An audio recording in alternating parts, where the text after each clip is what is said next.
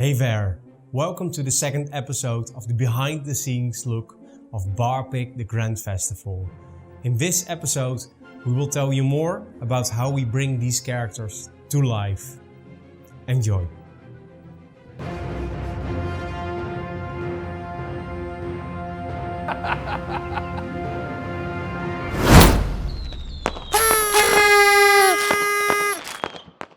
So when Frederick first sent the first photos of the sketches he had made on the new expansion characters, I was so excited.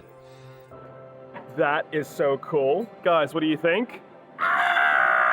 That looks amazing. Oh, okay. It was really true to the vision we had come up with, from the character briefs to the idea of what the background behind the Great Festival would be. It looks so amazing. I was super excited straight away. The variation characters down to even the fact we put requirement to have some characters be almost genderless, even that was true to form. There's a lot of ethnicity diversity in there as well. That's there as well. It was exactly what we wanted. And it spoke through to Barpig and the fun of the game and the challenges and the atmosphere it brings. That was already a black and white sketch, the first shot. I sent it to the rest of the team and they were super excited as well and were demanding for more shots. And so the characters actually start to the challenges. Before we even know what the characters are called, we already got the challenge in mind. It's an idea for a group activity and give it a go. Give it a go with a few friends, see how it works out, see if it's worth working on more or just skipping and trying the next one out. And then you've got something good, you build up on it. You keep trying it, seeing how it can be influenced by players that want to maybe take it off the rails a little bit. And once that's together, you have a challenge and then you start thinking up smart names. And everything in Barpig is all about bar and drink puns.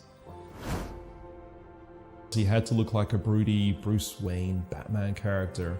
Pale skin, North American pilgrim type witch hunter. True to the challenge as well. Challenges, you have to tell a truth or a lie and people have to guess you lied or not. A lot of fun to do.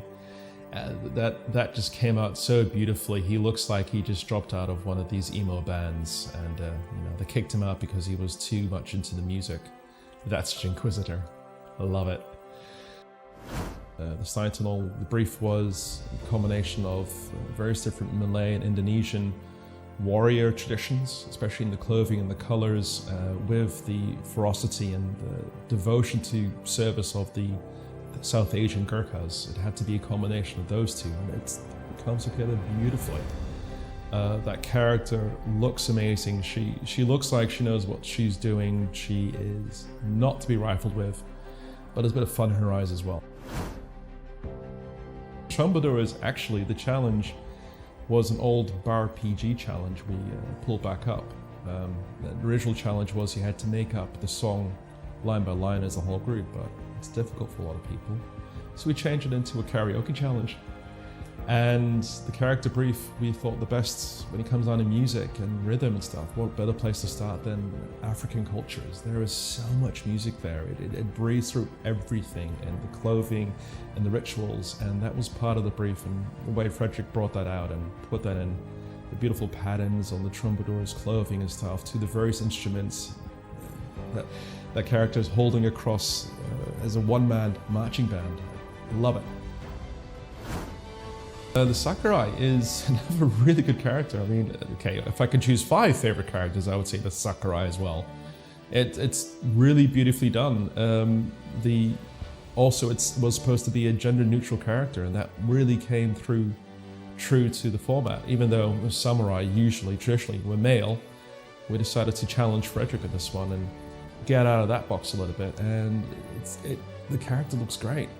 He's got his katana, he's obviously no longer has a master, he's roaming the lands, very much like the classic movie Rashomon.